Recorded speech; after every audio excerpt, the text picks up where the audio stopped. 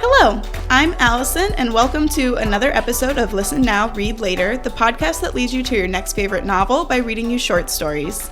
Today is, once again, book club. Yay. Always fun. Book club. So we've got all three of us on our team here today, ready to talk to you about episodes. I'm blanking on the numbers.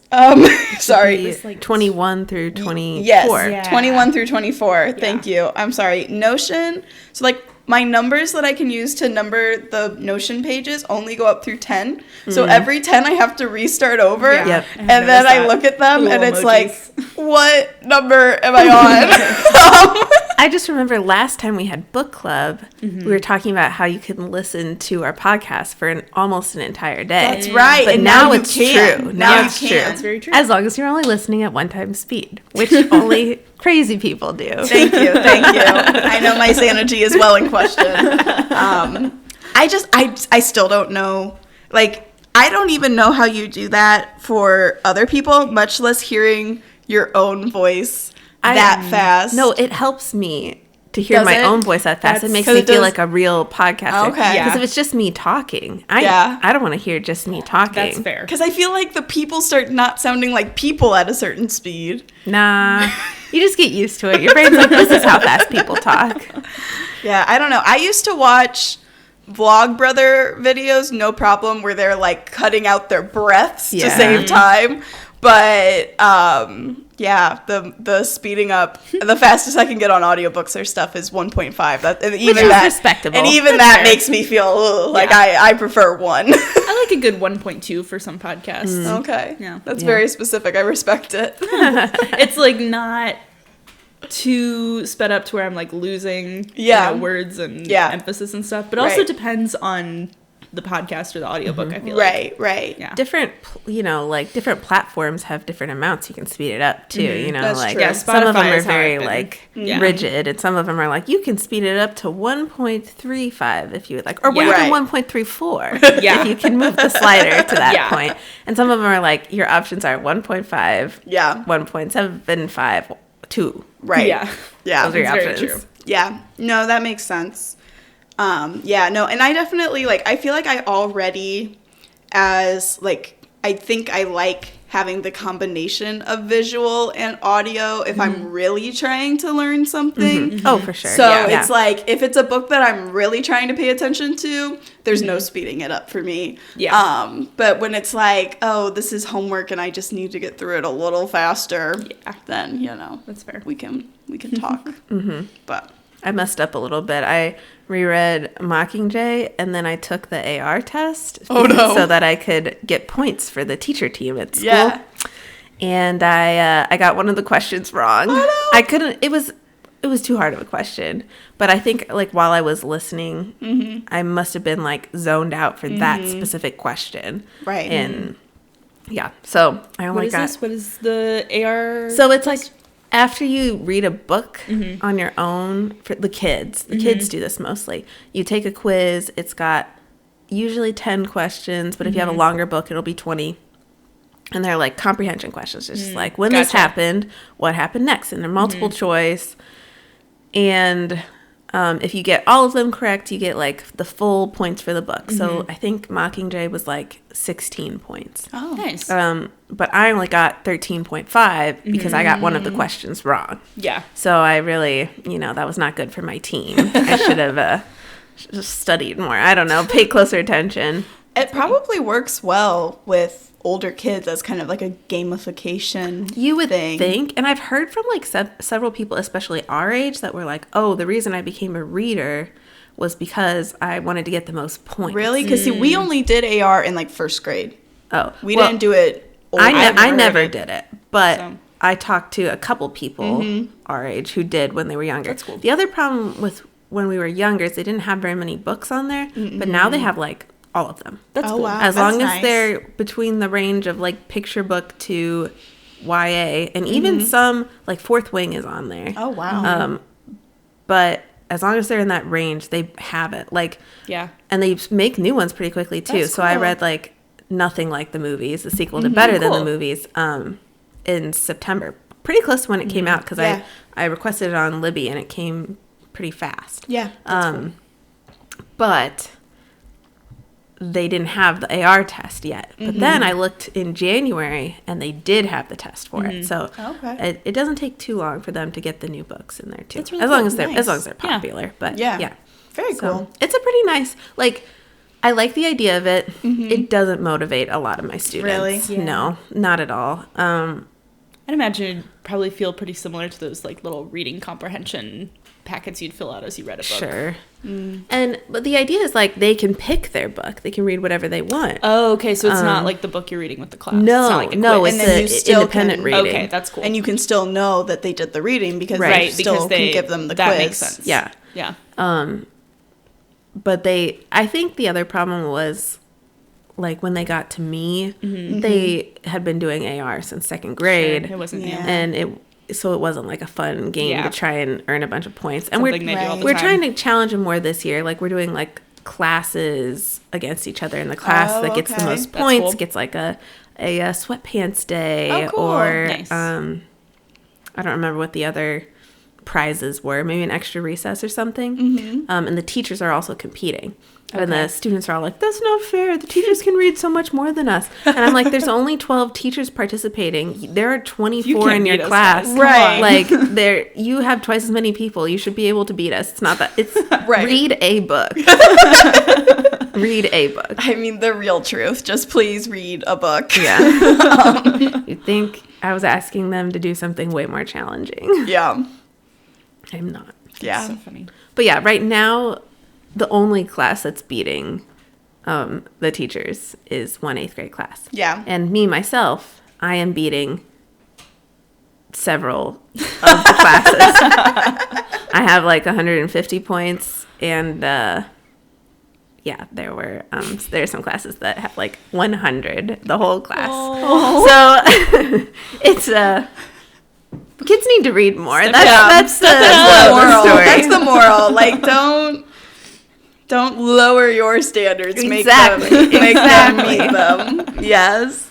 No, I'm fighting that battle in my classes, but it's not read a book. It's please cite your sources. Oh. All I would like is for people to cite their sources. It's,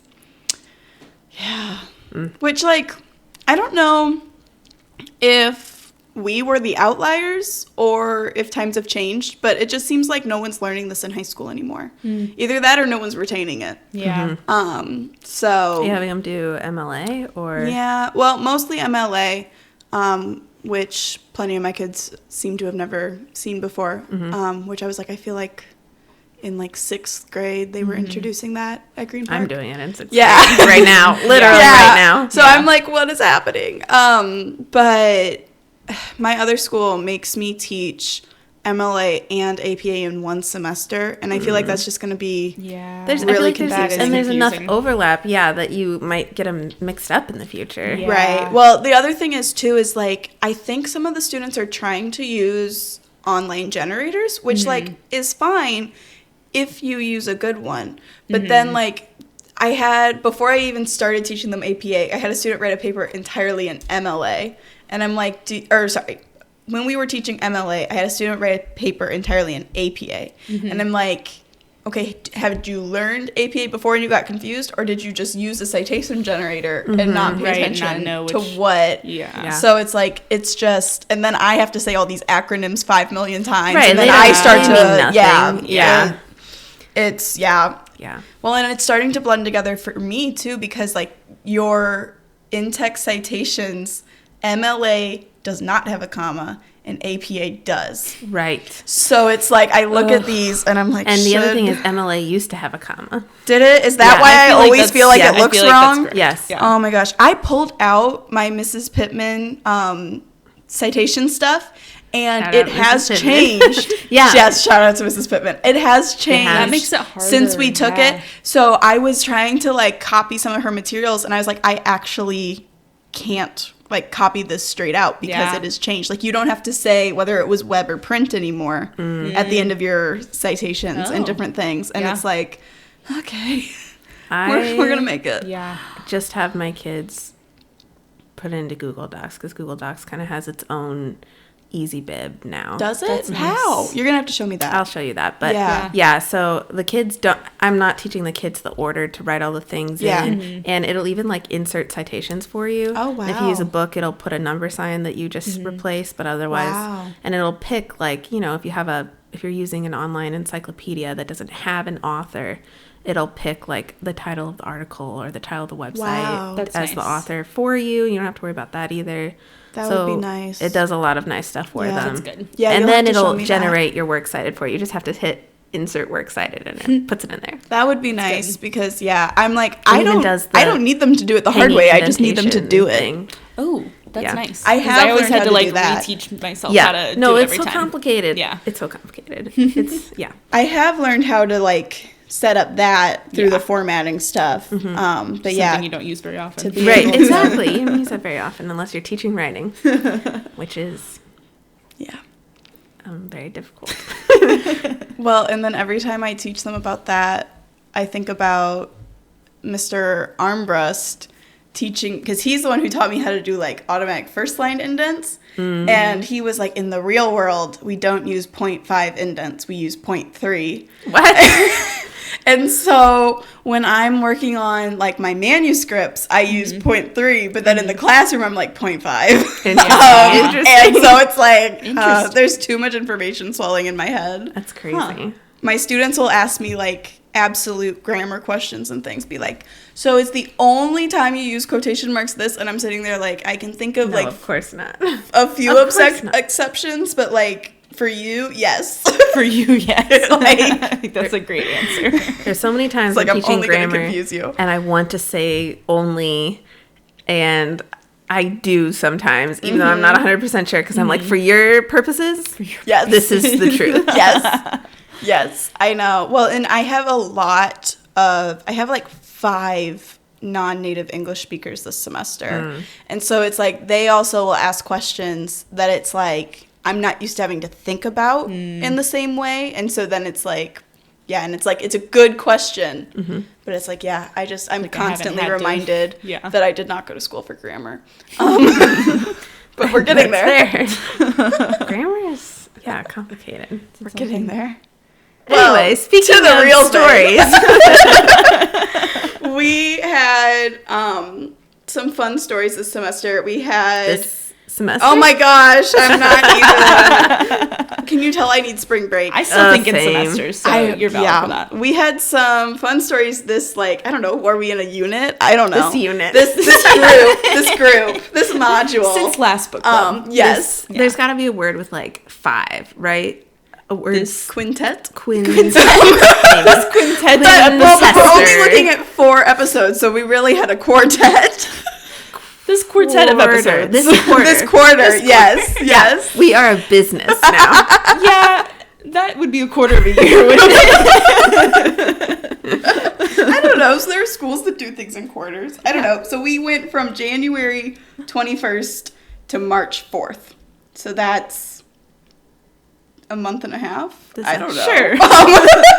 But this episode isn't coming out March. Well, I'm talking about the 4 episodes that we're talking about now. That were from It's Nice to Have a Friend to Watch What Happens. I understand. When you consider that this is March 18th, so we went... This is March 18th. More like closer to 2 months. It is a quarter. That's that's when I'll be on spring break. Yeah. And that's the end of third quarter. Half a semester. End of third quarter. That's true. Yeah. So that's true. But you did go back to school earlier than January 21st. But the episode before that is on January 7th. So if you go from book club to book club, that is a quarter. Yeah. Yeah. So since last book club, we have talked about so many important things in this first however many minutes. We had 2 Richard Connell stories that were vastly different. Yep. We had 2 Ella Montgomery stories, which just makes me happy because I love Anne of Green Gables. Mm-hmm. And then we had a classic Charlotte Perkins Gilman. Mm-hmm. So a lot of fun, a lot of different stories. Like we went the full gambit from we had a big variety. Sunshine cutesy to horror. But starting with A Friend of Napoleon, This was one of our stories where we had to like get together the men we know, and it was fun. It was fun seeing their reactions to such a wholesome story, because usually when I get them together, it's like, let's read about like they've done Rappaccini's daughter, or they've done The Overcoat. Like these are always heavy stories. Depressing Russian. Yes, I know. At one point, one of them was like, so do you guys only do Russian stories? I was like, no, just the Russian stories have a lot of men. So it was fun to give them something like cute and happy. Yeah. I loved the story when I read it. It was just so cute. Really I love that it's got that little twist at the end where the lawyer is the man from the romance. And I was like, oh my gosh, this is so wholesome. I love it so much. It made me so happy. Didn't expect it, you know? No, not from this author, which we knew from The Most Dangerous Game, because we read that in high school. Yeah. But it could not be more different from The Most Dangerous Game. I know. Which I love. But then I got to recommend Front Desk to go with it, which actually was was what I was currently reading in our second book club. I was going to say that was a book club book, so we had some full circle moments. Which is really exciting because another middle grade book that I got to recommend, and I read it over the summer, and I was I was kind of in the middle of it when we were talking about it in book club, and it ended up being just really, really good. I was impressed with how mature the things that happened in the book were, because it's about a family of Chinese immigrants in the 90s trying to live their life in the United States, which is really difficult for them because no one wants them to succeed. Even people that they think are going to help them. The owner of the hotel that they work at is Taiwanese, and that's what draws them there originally. But he's awful to them too. But the reason I connected it to a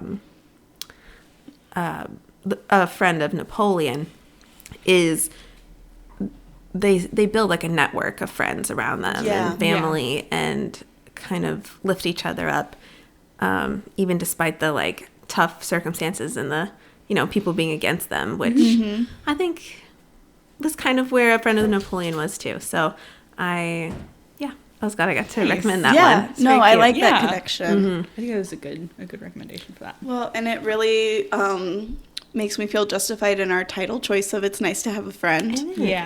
Because that's instead of it just being kind of connected, it's it is our connection. Absolutely. The friendship. And I have gotten to recommend it to a couple of people in my class too. So middle schoolers can read Front Desk, but then also I feel like there's a lot in it for adults as well. So it's one of those books that I think is universal that way.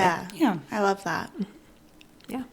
Well, and our second episode in this group was also, I think, your original book club book for Educated. Oh my gosh. This is just so right. But I mean, The Yellow Wallpaper, it's a classic for a reason. But I do have to say it was one of those stories that hearing it out loud really upped the creepiness factor, and just it made me think about it. Because, when you're reading out loud, you go slower. And so you, process things a little bit separately. And just kind of realizing, oh, wait. Things halfway through the story that she's attributing to the woman in the wallpaper, she is doing. And just kind of realizing, how quickly her madness is setting in. As opposed to, I feel like the first time I read it, we talked about, oh, well, by the end of the story, she's insane. But it's actually, this has been building for a very long time. She's just hidden it better in the beginning, Yeah. So it was cool doing that. And it was funny because that story, we had this really sweet married couple read it, and her husband is the opposite of the horrible doctor husband in the story. And so here it's always funny hearing the really sweet men say horrible things to the women they love. Shout out to all of the men that we make say I know weird things for these stories. We really have had some iconic things that we'll say. in the name of acting. Yes. In the name of literature. I just remember sitting down to write this recommendation, and I wrote this recommendation and the Address Unknown one just back to back. I just sat down and wrote both of them. Yeah. And I'm just a little unwell, I was like, here's the angle. Women being called insane. Yeah. And then I was like, that's like a trope. Yeah. That is a trope. Like, No, I laughed. Literature about women. Yeah. No, I laughed out loud when I first heard your recording for that because I was like, wow, it's sad, but it's true. True. Especially because, like, it's not like this was one of the episodes where we were like, there's one book we could use. We were like, no, there are books about women being made to feel crazy. Like, there are books, plural. So I really liked this one. Educated is a memoir, and I don't read a lot of nonfiction. Just in general, I'm working on it. But this one was, I remember during the pandemic, I was going through books like crazy. You guys know. Oh yeah, Pandemic Teresa read 100 books.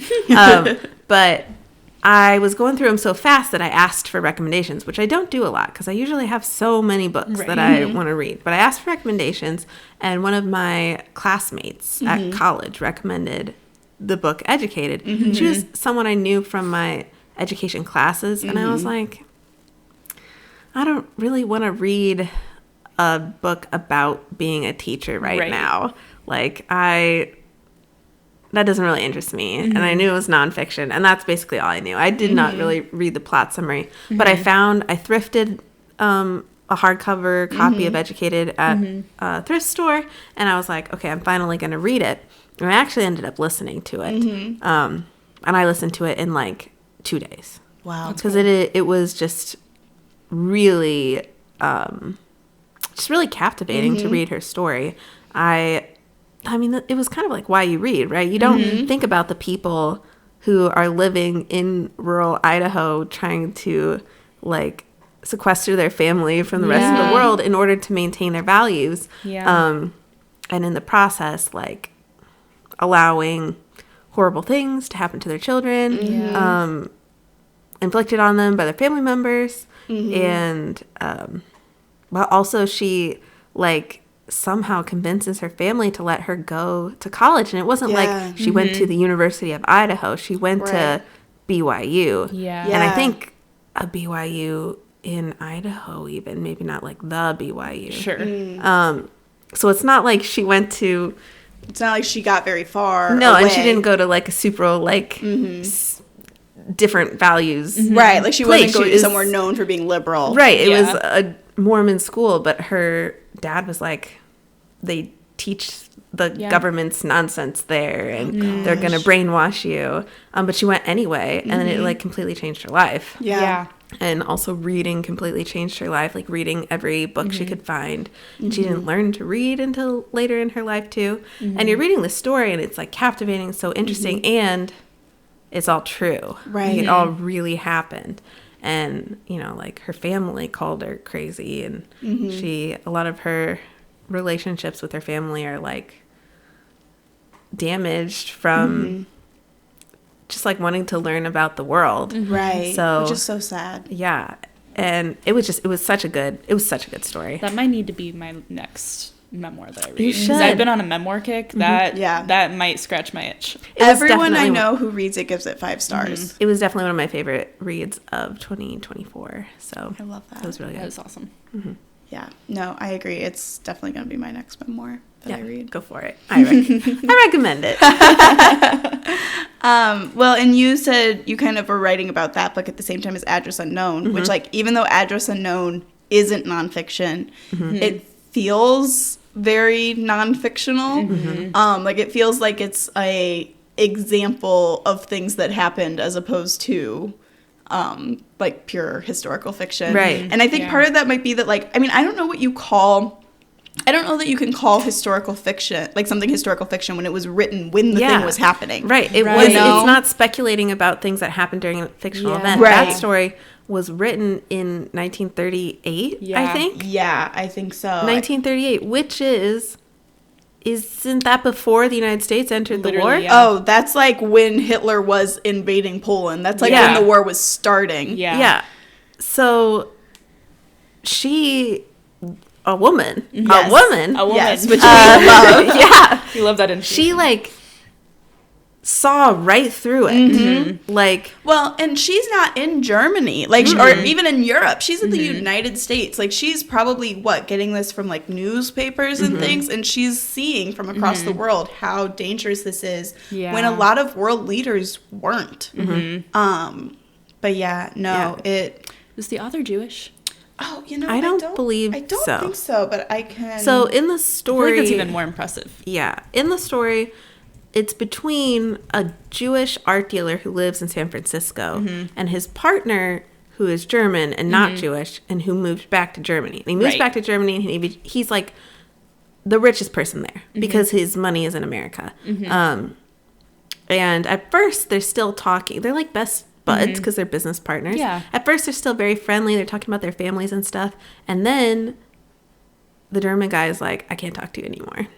And it's not clear. Another cool part of the story is it's not clear, like, is he saying this because he means it, or is he saying it because all their correspondences are being read and monitored by the Nazis? Afraid of, it's really hard to judge if he's becoming a Nazi or if he is just scared for his life. Yeah.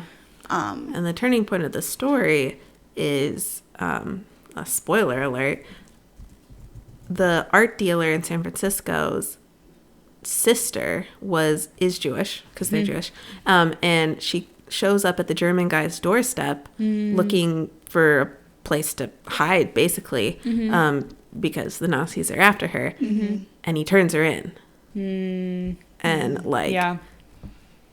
she dies in a concentration camp. So and she wrote this in 1938. That's crazy. And it was published in American newspaper. Something like that. And they made a movie of it. Did they really? I didn't remember that. I am pretty certain there's a movie of it, too. That's cool. Okay, let me make sure I'm not making that up. Let's see. So I did look. She is not Jewish, from what I can tell. I think I read that, like, she just had a lot of friends who were. Originally published in Story magazine, which is a magazine that still exists today. So I'm pretty sure. The way that I read it, I listened to it, and there was a introduction that was very extensive to like explain the story.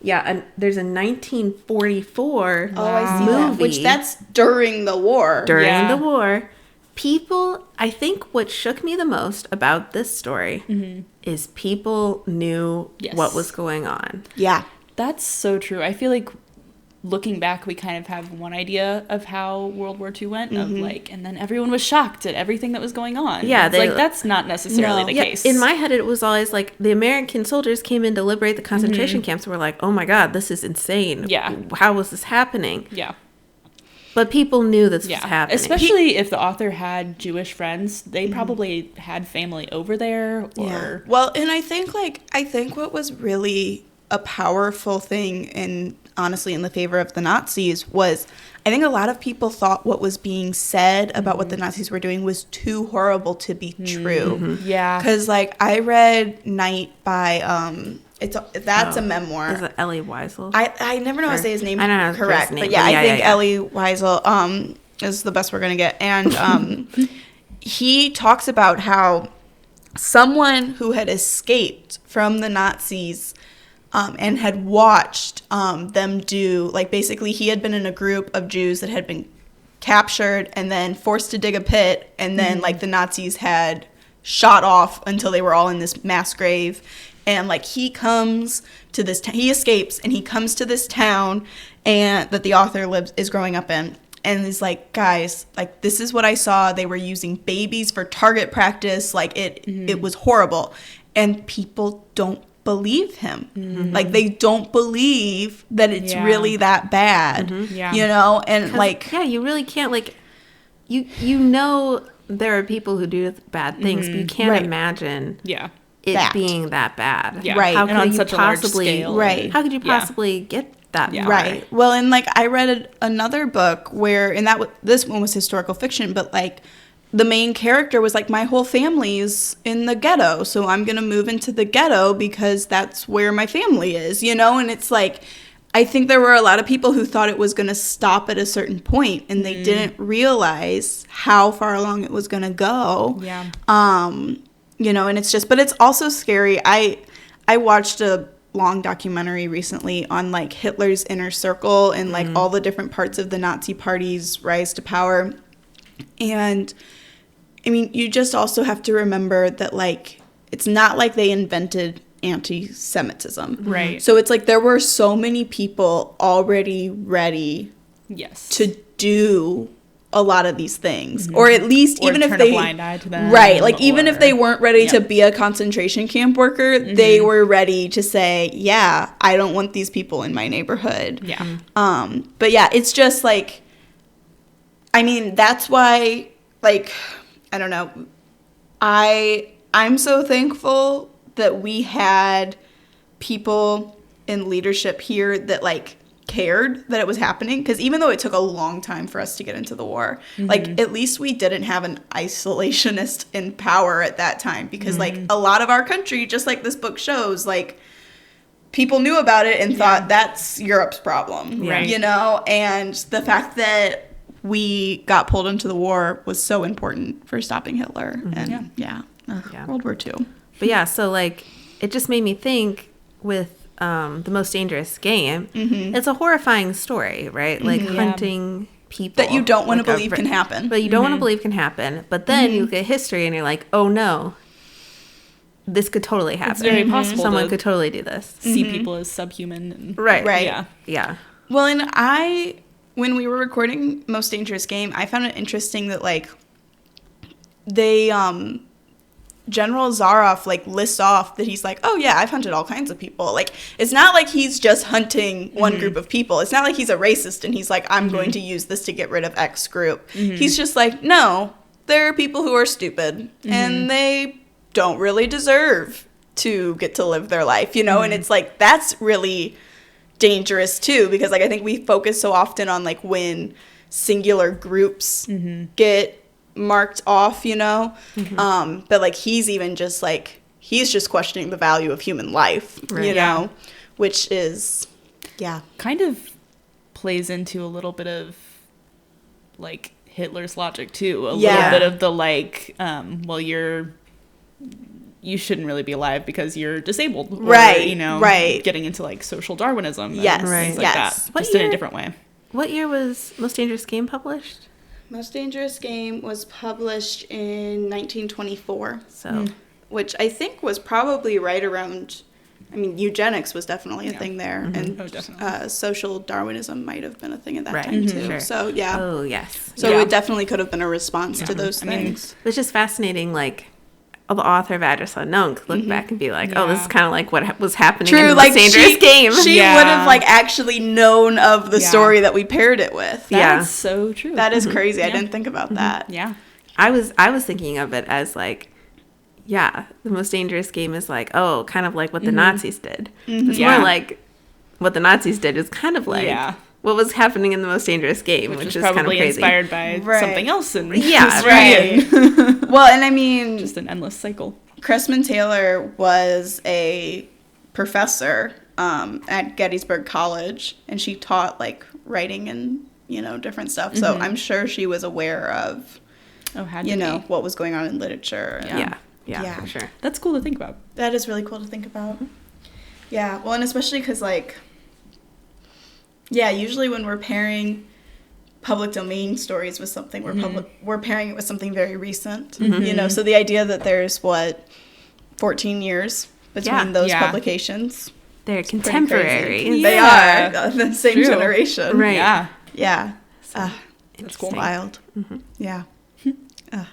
Well, on a much lighter note, tone shift. Like there's really no clear transition point into Watch What Happens. But I didn't really know until I was looking for Christmas stories and found an Ellen Montgomery Christmas short story that she had written so many short stories. But if you go on Project Gutenberg, they have them like organized by year. Like she wrote so many short stories. And they, I just love, like, you can feel in most of the ones that I've looked at that this is the person who wrote Anne of Green Gables. Yeah. And I love that because it feels like someone, you know, said, I have found my niche, and I'm not ashamed of the fact that my niche is making people happy and looking at, like, the precocious, sunny side of things, you know? It's style, you know? It's like when an artist looks to form is, like, their style, their signature. That's what hers is. Yeah. What a wonderful thing to be remembered by. I know. And just as a side note on Ella Montgomery, one of my favorite things about researching for her introduction was finding out that, like, Anne of Green Gables was so popular that it actually, like, caused a tourist boom to Prince Edward Island. So, like, the start of, like, a huge list of tourism, like, endeavors in that area were just started by people showing up because they loved Anne of Green Gables. Like, they had to, like, build all this different stuff because they needed somewhere for these people to, like, go, which I just love. But, yeah, these stories have, like, both of these stories feel very much like things that would happen to Anne Shirley. Like, they are, like, she would say something ridiculous, and then it would work out in some way, even if it's not the way anyone expected. That's very true. But, I mean, what did you guys think of the endings of these? I loved them. They were so good. So cute and sweet. I don't remember the titles. I'm notoriously bad at titles. The Girl in the Wild Race. That was great. It was just very fun. I think that was my favorite one. It's like a more modern fairy tale, and like a Canadian fairy tale. You know, like, that's totally something, you know, that happens in a fairy tale. The girl's like, fine, I'm the princess. I'll marry whoever proposes to me first. Right. And then it turns out to be, like, the guy she's in love with. Yeah. Perfect. Yes. But through shenanigans, of course. Yes. And then the other one, the Mrs. March's Revenge, was just, you know, like, that one felt very much like, this is what's growing up. Yeah. You know? Like, this is growing up. You, like, have your grudges, and the farther away from them you get, the more you're like, this doesn't mean anything, does it? This is a person who needs love. Like, I had this anger, but that's a human being. And, right. You know, I don't need to be angry about that anymore. Right. That was so long ago. Right.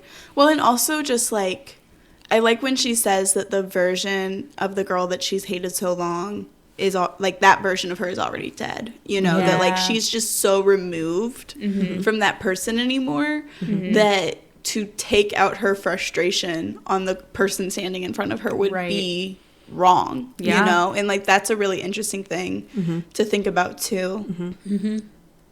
But, yeah. Absolutely. So I'm glad to go with those. I got to read Clara and the Sun. I'm so excited that we get to talk about Clara and the Sun. It was so good. It's amazing. In high school, I was on a, like, Ray Bradbury, Kurt Vonnegut kick. Like, I did my literary analysis paper for AP Lit on Ray Bradbury. And I was in creative writing at the same time. And so I was pretty inspired by those ones. And I wrote some stuff during that time in that vein. And this also felt in that vein. I kept expecting it. It has kind of an eerie quality, the story does, because the story follows, like, this android that she was made to be the friend of this girl, and she kind of follows this girl through her life and her ups and downs and her illness, and there is a darker side of the story. But what I find so interesting is that I feel like so much of the darker side of the story isn't on the page, and, like, it's hard to tell, and you've read it a lot more recently than I have, but, like, part of me feels like part of the darkness that seeps into the story is what we, as cynical adults, are thinking is going to happen, as opposed to what's actually being said. That's true. The darker part of the story is dark, but what I took from it is it's not it wasn't the technology that was making it dark. Mm-hmm. It was the people, mm-hmm. which I think that's always what I thought was really interesting. Mm-hmm. I feel like what a lot of the like Ray Bradbury, Kurt Vonnegut, mm-hmm. like sci-fi short stories captured is it's not the technology, it's the way we're mm-hmm. using it. It's the fact that it's made by humans, you know? Yeah. Because it's so, like, Hollywood movies mm-hmm. are, you know, robots taking over because they can think for themselves. But that's not what's going to happen. That's mm-hmm. like the demise of humans is not going to be because the computers can think. It's going to be because the humans made them that way. Right. And so that's what's interesting about Claire and the Sun. And mm-hmm. then also, the characters themselves, the android herself mm-hmm. has just an innocent, like, genuinely good qualities about her. Like, her mm-hmm. special thing about her is that she notices everything. And mm-hmm. so you read the story through her point of view, her noticing mm-hmm. everything. And she doesn't pick up. You pick up on mm-hmm. things she doesn't understand because she notices them. Right. But doesn't understand them. But you do as the reader. And so, I don't know. It was quiet and it didn't end up being as dark mm-mm. as you think it's going to be. And so in that way, kind of a surprising turn of events, surprising way that it works out, which was our connection. Yeah. It's so interesting to me that you looked at it through the technology lens because mm-hmm. I really read it and I felt like it was a really interesting meditation on like faith because the android Clara is she's solar powered. Yeah. And so that's where where the title comes from, is that Clara thinks the sun can fix anything because the sun always makes her feel better. Yeah. And so she believes that the sun can heal this human girl. That makes sense. And she goes to all these great lengths to try to get the sun, like bargaining with the sun and different things and like making all these things happen. That humans, like, we think we're too smart for that. Like, you read the book and you're like, gosh, this poor innocent robot's heart is going to be broken because the sun doesn't fix, illness, you know? And, like, I found it so fascinating to read a character who, like, so much of the tension of the book comes from you thinking that she can't possibly be right. You thinking that she's too naive. And then the book doesn't go that way. And it's like the book just lets it say that, hey, I mean, and you are like, it doesn't really get described, but like Teresa said, she's noticing things that tell you as a reader that the world is not in a good place as this is happening. Like, there's some kind of thing happening to children. There's some kind of dystopic thing happening. Environmental concerns, for sure. There's something weird, and like that's why these robots exist, because like the kids aren't having enough, like really don't get interaction with other kids, and there's some sort of genetic modification thing going on. There's something weird happening, and it's like, it's really, you never get any of it explained to you because Clara is never going to get it explained to her. Right. Yeah. But like Teresa said, it gives you this sense of dread. And so you think of all things that could fix what's happening. It's not going to be some happy little robot who believes in the sun, you know? And I just like, I don't know. I really want to read more by this author. He is like a Nobel Prize in Literature winner. And I've heard good things about his other books. But I'm just wondering if his other books have that same sense of like, when you believe everything's going to be okay and when your heart is in the right place, things do work out okay. Because like, I just feel like that's not something that we see in literature much. Like, I feel like it's usually, no, you want to change things, you're going to have to like kill some people or fight a war or like, you're going to have to like do something really dramatic. And all Clara wants is to save one person. And I feel like that's so much how we live our lives, like that we have our people that we care about and we're just trying to make life better for them. And she succeeds. And she's able to be content at the end of her lifespan because she succeeded in helping this one person. And I just like, I don't know. And that feels Ella Montgomery too, because it's just this idea that, you know, when you have real love for the people around you and are true to that love that's inside you, like, yeah, so I don't know. I love this book. It was really good. It was really, really good. I really enjoyed it. But now I want to read it again because now I'm thinking about your technology aspect. Yeah. Like, that's so interesting because I didn't even think about that. Yeah, no. But, like, in the current world with AI, like, that's a really interesting take on it, you know? Yeah, I think it's fascinating. Yeah, absolutely. I really enjoyed it. Yeah. I liked your point about, you know, it being the people behind things, too, because I feel like that's kind of a understanding that a lot of people have of those types of stories is they're like, oh, it's just about how, like, technology's evil and whatever, and I don't want to read that. Yeah. Or, like, I used to watch the show Black Mirror, and everyone's like, oh, just they don't want us to be on our phones anymore. I'm like, that's not at all what that's about. So I like that this almost highlights that more by doing the opposite. Yeah. And I tried to write a short story in college, like addressing that point, and it was really hard. And also my professor like made me rewrite the story, so that wasn't the point anymore. So that was very annoying. But I've always had that thought. I've always been thinking about that. So it was really cool to like read something that I felt like thought about it that way. Yeah, kind of helps you see it by taking a different approach. Yeah. I will always I will die on the hill that like technology is a tool and we need to learn how to use it responsibly, not be afraid of it. So that's just another reason I really liked this story. Yeah, I love that. I do.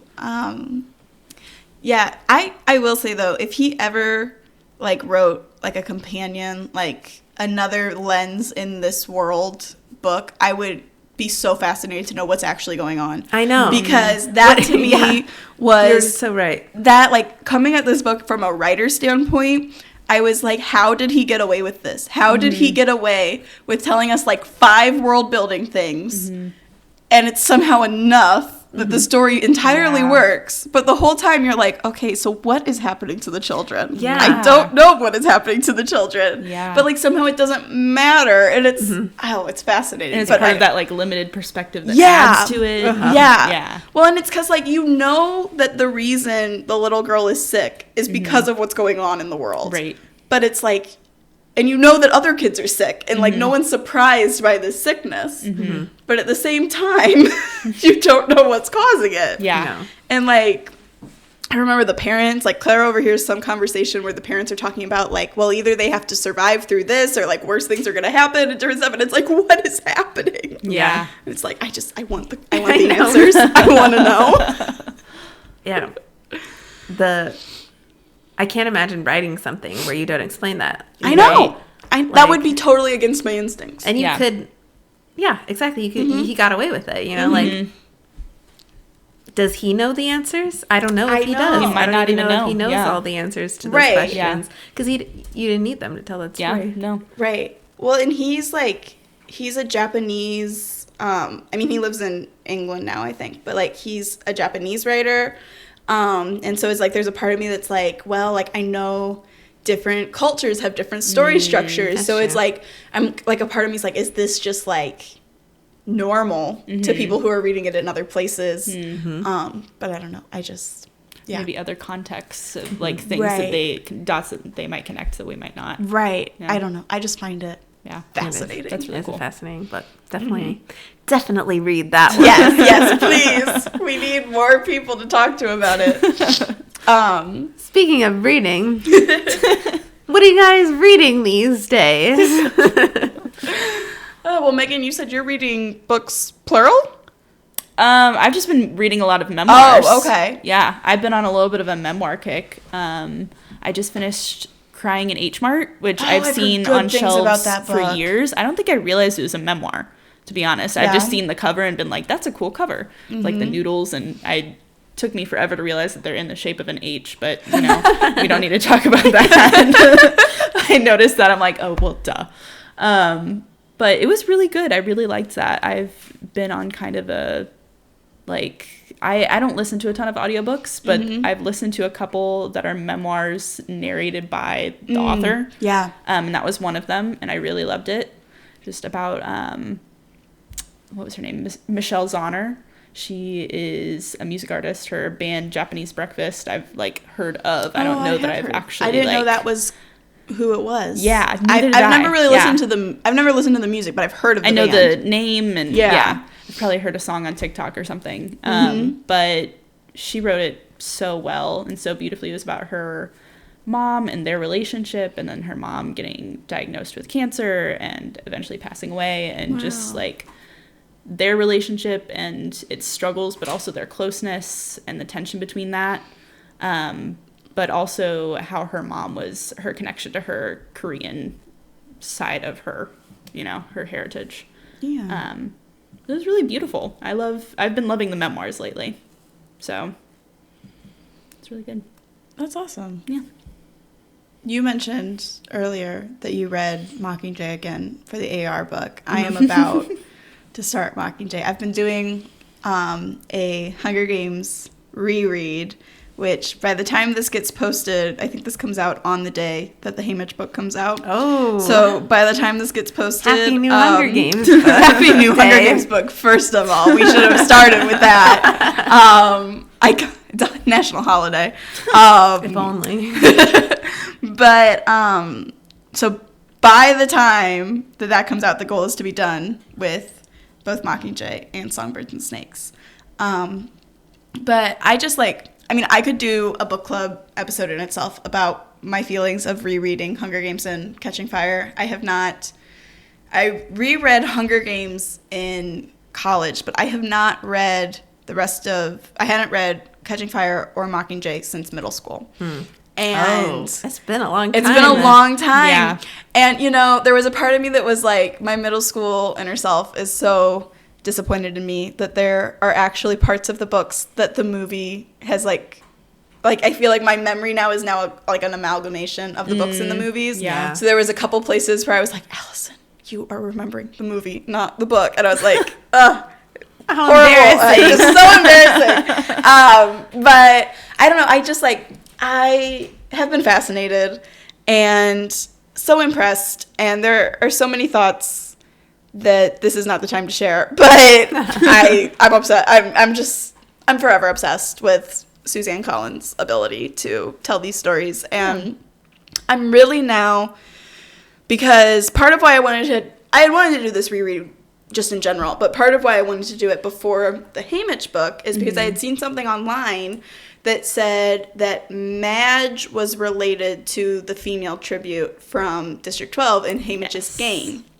And it's her aunt. Yes. It's her aunt. Yeah. Yes. And so I was like, I believe these people, but I also want to double check because everyone thought Ballad of Songbirds and Snakes was going to be about Mags, and people were just doing their math wrong. Yeah. So I was like, I want to figure out for myself what the connections are here, but going in. And so it is, it was Madge's aunt, and apparently Katniss's mom's best friend was in the games with Haymitch, and Haymitch tried to save her and saw her die. Yeah. So I'm really glad that I have that all refreshed for me. Yes. Because I think that's going to be important. But I also Mockingjay pin. That's the thing I didn't remember. Mockingjay pin was the Mockingjay pin was hers. I did not remember that. I've been wanting to know the significance of the Mockingjay pin to her and her story specifically. Well, personally. And I'm going to be so curious because Madge, reading these books again, I had forgotten, of course I remembered who Madge was, but I had forgotten just how much she shows up in the first two books. I really more remembered her role in book one. I didn't remember that she's so present in the first half of Catching Fire. And so, so I'm kind of curious, if this, because when you think about it, her family does have some rebellious streaks in what they do and how they've allowed District 12 to be. So I'm really curious if that's going to come into play at all. Yeah. But I'm also just already thinking to myself, I knew it was a mistake when they cut Madge out of the movies. I knew it.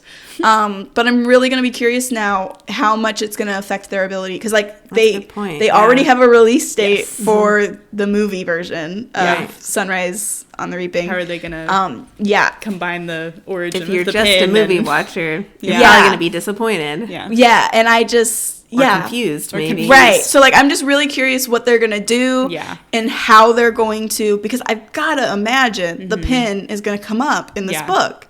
And so I'm just really curious, like, one, how important it will be, and, like, two, if, like, how the movie's going to deal with that, you know, how they translate that. Yeah. As we know, Suzanne Collins writes every word of those books for a reason. So intentional. They should have known.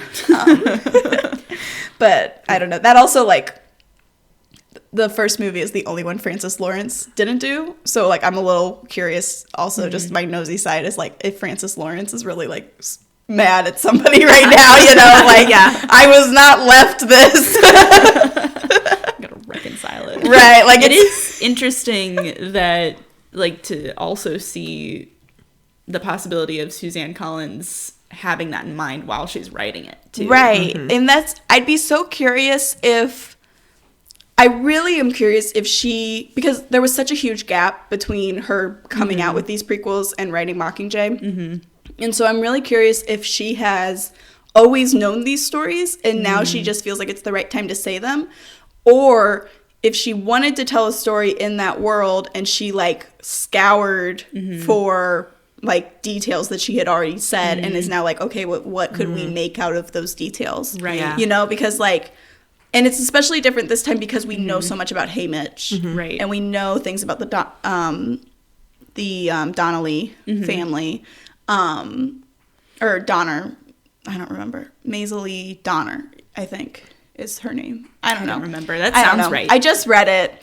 But then when I say Donner out loud, I think of the Donner Party. And I'm like, I also thought about that, and I'm like, that's an interesting... she names people very intentionally. I know. Yeah. So maybe I'm remembering that wrong, or that would be a really interesting... There would be something we don't know. There was cannibalism in ballads. So there was. That's true. But just, like, because somebody pointed out that, like, all we knew was that there was a Victor before Haymitch, as far as Lucy Gray Baird. So it's like that, you know, there was a million things that could happen there. But, like, there's been so much said already. Right. And I'm also curious if, like, Katniss's mother is going to be a player, because I recently had it pointed out to me that we never get a first name for Katniss's mother. So, like, we don't know what her name is before Everdeen. Yeah. So, like, how would we even recognize her? That could sneak into Sunrise on the Reaping, and we wouldn't know. We wouldn't know that it's her unless they say something. Yeah. Interesting. Because her last name's not going to be Everdeen. No. So, like, unless they, like, see her say... talking to... Right. Like, unless they show a girl... Some boy from the seam. Yeah. Unless they show a girl, like, obsessed with... First name unknown Everdeen. Like, first name unknown. You know? Like... Her boyfriend sings a lot. Yeah. It's like, oh. So, yeah. No, so... I'm so excited. I also am in the midst of a Hunger Games review. Are you? Yeah. It's okay. I'm picking mine up from the library today. Yay! So I'm in the middle of Ballad of Songbirds. How are you feeling about it the second time around? Oh my gosh. I just looked back at my Goodreads review that I wrote about the book, and I was like, oh my gosh, I was really hard on it. So I'm I'm a little further than 3/4 through it at this point. And while I think the movie made me like it better because I could picture what was going on and picture the characters. And we've talked about this before. When there's songs and books, I kind of just skip over There's a lot of songs in that one. It's important to pay attention to the songs this time around. Yeah. So actually seeing and hearing those helped me. I still think it's too long. And I'm going to stand by this point that I made originally. I still think it's too long. But what would you cut? I don't know. I just think, I don't know. I don't know what I would cut, but I just think it feels drawn out. And I like the points that are made. And I think, I was talking to Megan about this the other night, but I like that. One thing that's different about the book from the movie, I think, is because you're reading the book from Snow's perspective and you can hear his thoughts. He's evil the whole time. Yes. And this is not a becoming the villain. While he's in the Capitol, maybe it's because it blends in with all the other stuff, he doesn't seem quite as evil. There's a couple of times, there's just a lot of, he's very possessive. That's his thing. And he desires control. Yep. And you can see that. in his thoughts. You can't really see that in the movies. I don't. Yeah. No. Go ahead. But yeah, but the rest of it, I like the points. I think Sejanus is super annoying. I know that he's supposed to be super annoying, but I think he's a whiny baby who never makes good decisions. And while I think I do like the book now, I really didn't like it the first time, and I do think part of it is because I read it while I was quarantined because I've been exposed to COVID. So that didn't help. Fair. I didn't have a lot to do other than read this book that was so long for a franchise where I hadn't read the original books in a while either. See, that's what I think is going to be interesting too, is like reading it right after reading the trilogy. Yeah. Yes. But I did, so I reread the regular trilogy. Thing that I took away biggest this time, well, there are two things. Number one, Catching Fire.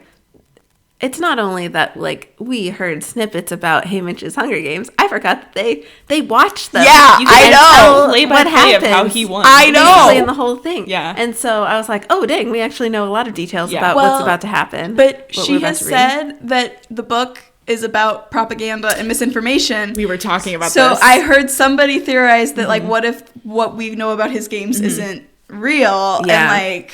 We were talking about this too, and I feel like that's really interesting knowing that they also are totally fine erasing Lucy Gray's Hunger Games. Right. It would be interesting if it was clipped together in reality TV Do they say in Catching Fire that you can't find Lucy Gray's? I believe so, and I think that's in Ballad too. They like erase. Oh, I don't remember. I don't remember reading it in the first three. Maybe it's in Ballad. And I'm not there. I'm not to the end of the book in Ballad yet. In Catching Fire, they only ask for the ones where the victors are gonna be still around. That makes sense. So they wouldn't get it there. But yeah, I don't remember that in Ballad, but that's interesting. Yeah. I believe it though, that they would.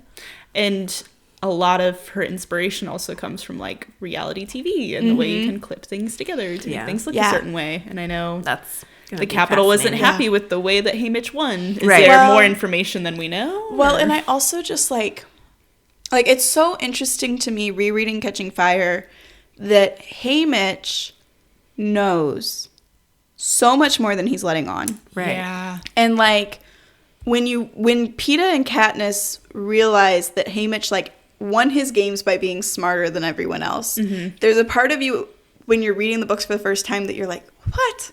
Haymitch, really smart. Yeah.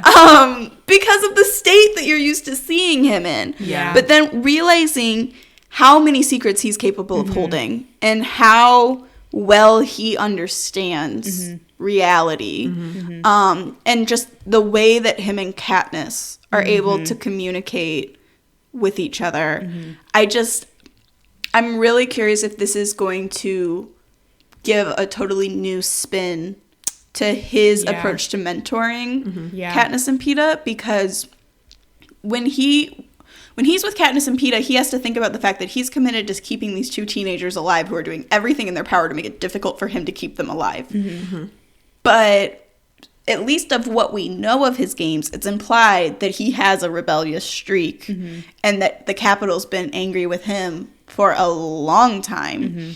And so that really puts a different perspective on the fact that, like, when now it's his turn to protect the next group of people to tick off the Capitol, like, I don't know, I'm really curious, and I really want the book to do its way all the way up to him meeting Katniss and Peeta. That could be really interesting. Yeah. That would be cool. I would take the original trilogy from Haymitch's point of view. Don't get me wrong. But, like, I'm not asking for that much. I know that that's too much to ask. Yeah. But just to get to the point of what his thoughts are on Katniss volunteering. Yeah. You know, or just to see what was going through his mind that day. Yeah. Yeah. I feel like that would be really interesting too, of almost like really honing in how they mirror each other. Just because even in that, Katniss and Haymitch in the original trilogy mirror each other. It's like if what happened to him happened to her, she would be him, you know? But also that little preview, that little snippet that was released of Sunrise on the Reaping, like oh my gosh, you're like beat for beat. Like they have had such similar like family structures and childhoods and things. And so I think it would be really interesting, like you're saying, to see that really come in at the end too. You know, it's funny because that's another like, I love hearing other people talk about books because everybody focuses on something different. You saying that makes me realize that you're right. And it's so funny because that's not even what I was thinking when I read that preview. What I was thinking was, holy crap, his voice is so young. He's so little. He was so young and kind of pure. How old was he when he...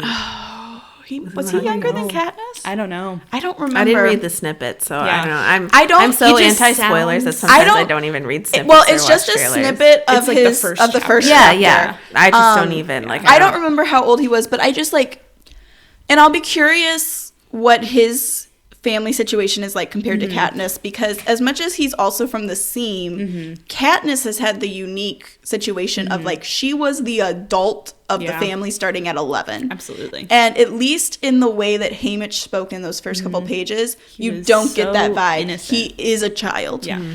And he's got a girlfriend. I know. And he's like, and he calls her his girl, and he just wants to see her. And it's like, none of the other Hunger Games protagonists have read like true children. Yeah. Katniss is not a normal 16-year-old. Yeah. She's already been through a lot. She's already had to mature in a lot of ways. And Snow is also the adult in his family. Or in a way, he is in a way the adult in his family, and he is holding, I mean, like, he's got various trauma, which, you know, and so the idea of reading someone going into the games who actually acts their age, I think it's going to make his story even more tragic because we know what all this does to him too, and how like his mindset ends up. So reading that chapter made me emotional already because I'm like, well, and that's I already know. I know, and that's the thing is like, Snow, we learn very quickly in Ballad, has not changed. He is the same person he is. Yeah. He just now has no guardrails. He is no longer being forced to minimize his character. But this is the first time that it hit me that it was like, we're not reading the Haymitch we know. Yeah. We are reading a Haymitch that is incredibly far removed. And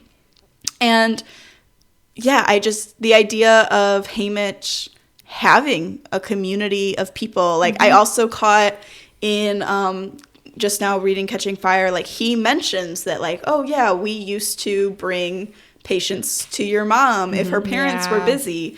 And it's like, just like when you're reading the books for the first time, you don't think anything about the fact that all the adults that Katniss knows grew up together. Yeah. You know? It's not like District 12 isn't like a big place, though. No. You know, they all know each other. Right. And so, but like, Haymitch is so isolated in the original trilogy that like you forget that like these people have known him forever. Yeah. Even if they don't associate with him now. You know, and so like, and I'm also going to be curious, like, is it they don't associate with him anymore, or is it going to be he isolated himself? He self-isolated. Well, that's the way they make it seem in the original trilogy. There's a lot of like, Katniss literally says, oh, it's not that he like didn't want people around him. He just knew that everyone around him, died. So I don't know.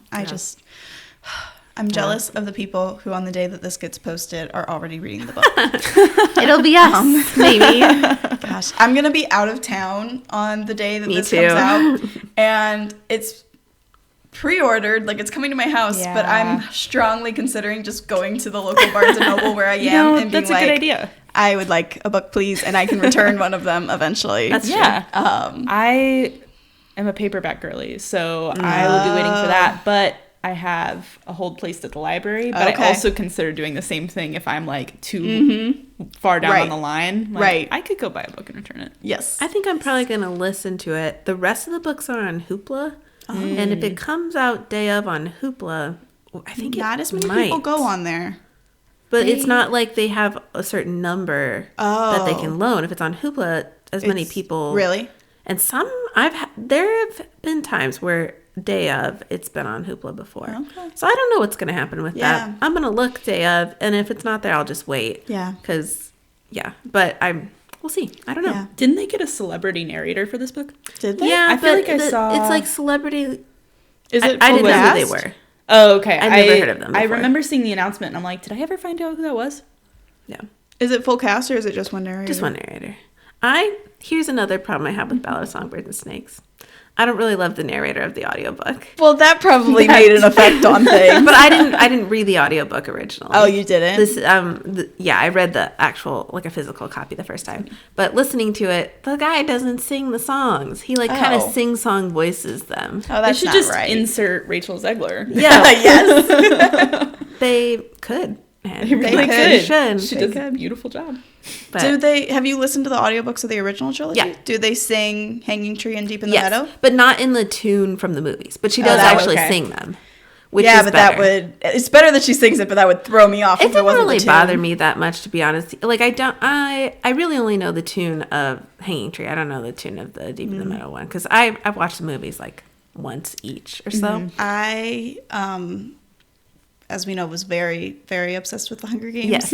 And the first few times I was ever left to babysit my brother, I used the Meadow song to put him to sleep. Stop. And then my mom found out I was singing him a song from the Hunger Games, and she was like, that does not seem appropriate. I was like, it's fine. It's a wholesome song. She's like, from the book where kids kill each other? I'm like, yeah, it's fine. It's fine. So I wasn't supposed to do that anymore.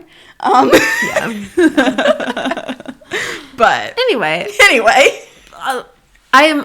That's the book I'm listening to right now. But speaking of authors like knowing things in past books and then like the details coming to be important in later books, I am also in the midst of. I am determined. I'm going to finish the Throne of Glass series.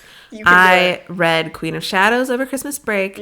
I was gifted Queen of Shadows, Heir of Fire, Queen of Shadows in like Christmas of 2017. Oh, okay. And then I was gifted Empire of Storms Christmas of 2018. And I just read Queen of Shadows over this Christmas, 2024. And I read Empire of Storms just like last week. Is that during snow days? How many books do you have left? 2. Okay. I read Empire of Storms pretty quickly, all things considered, because there were snow days. Oh my god! I'm currently reading Tower of Dawn, which is unfortunate because I don't really like Cale that much as a character, and he's the main character in this book. And I'm really more invested in all of the other characters in the series, and none of them are in this book. I remember when my other friend got to that book. So it's going to take me a little while, I think. But reading Empire of Storms, there's this part where they're like, one character's like, I remember she smiled this way at me at this event that happened in the first book, and it doesn't come back until what is Empire of Storms, like the 5th or 6th book? Oh my gosh, I love this. And I was like, how did she plan that? Like, did she know? How could she possibly know? These books are so long. They also are. I read Queen of Shadows. It took me forever. It's a ginormous book. I have it in hardcover. It's like a pain to hold in your hands because it's so huge. And I read it and I was like, oh well, at least Empire of Storms is shorter. No, they just made the pages thinner when they published Empire of Storms. So it's actually longer. Hilarious. That's so funny. So I read Empire of Storms. The other thing about Empire of Storms is it made me realize why people like this series so much. Because the other books are fine. They really are. They're fine. I think the main character, Selena / Aelin, I think she's too perfect. Like, she's too clever and too good at everything and too powerful. So I don't think she's a very interesting character. Her eventual love interest, I don't know if he's the endgame love interest or not because I haven't finished the series. Rowan, also too perfect. Everyone else, great characters. I really like them. The rest of, and you become so invested in them. Yeah. You're like, give me the side characters. And Empire of Storms. Apparently, except Cale. Cale's not really in Empire of Storms either. Maybe that's another reason why I like it so much. And Empire of Storms, she just decides, first of all, to go like all out on the chemistry between the characters, like the romantic chemistry. Yeah. And that doesn't necessarily make something a great book, but it's like she waited this long and then was like, all right, now you get to have it. Like, you got to know all these characters, now they get to fall in love. And so it's like very rewarding to read. And then also like the battles were so good. The action is so well done. There's some crazy reveals. Yeah. I don't know how she keeps, like, there's always crazy reveals in these books. I don't know how she keeps coming up with them. Because, again, they, like, call back to, like, the first book. Or they're callbacks to, like, the short stories that she wrote, the novellas to go along with it that I haven't even read. But I can tell she's calling back to based on some of the characters. Yeah. And it's just the way, I have no idea how she planned these books. That's so None cool. at all, because they're so just elaborate. Yeah. And while I don't think this will ever be like my favorite book series ever, I am just really impressed. I'm really impressed at this point. And I do not remember feeling this impressed reading Court of Thorns and Roses. That's interesting, because I definitely was impressed with her world building skills and everything in A Court of Thorns and Roses. So that makes me really excited to read Throne of Glass. I feel like Queen of Shadows was fine. It was really long. Maybe I have a problem with long books. I mean, what it sounded like Lunar Chronicles are fine. Those books don't feel long. I was going to say winter. They're just like vast. They're like so much happens and there's so many characters. She does like the alternating perspectives thing. And at first, of course, you're like, I literally don't care about this character at all. I've never seen them before in my life. Yep. Why do I have to read an entire chapter on them? And you do get attached eventually. But that's why Empire of Storms, I feel like, is so good, because you get the payoff and all of that. I don't think she introduces new characters in Empire of Storms. She just like it's like the culmination of the other things. And so it was really good. I didn't have any problem reading that one quickly once I was given I had the snow days to be able to actually sit down and read them. But yeah, so Tower of Dawn kind of just feels like a speed bump, like an obstacle I have to get through. And then Kingdom of Ash is the last one.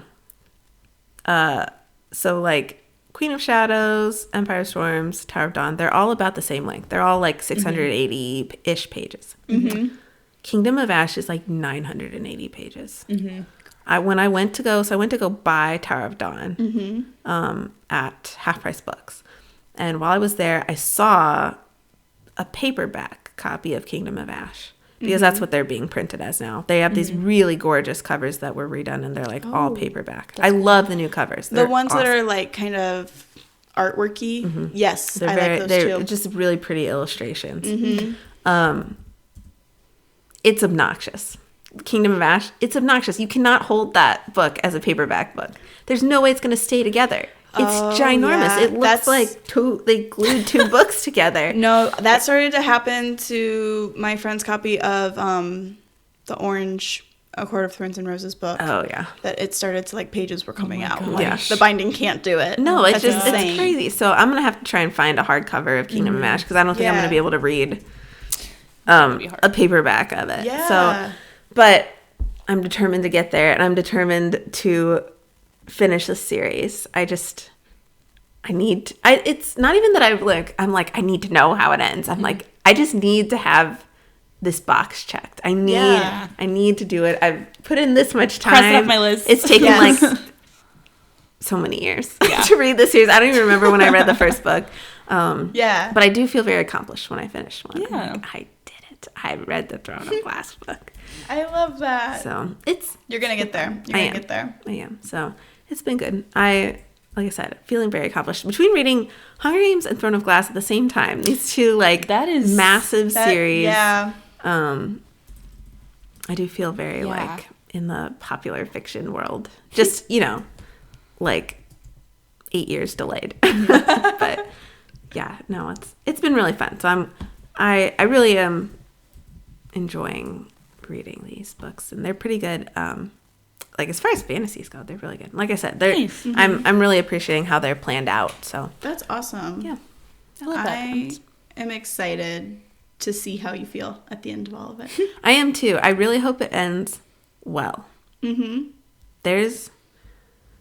a lot of problems at the end of Empire Swarms.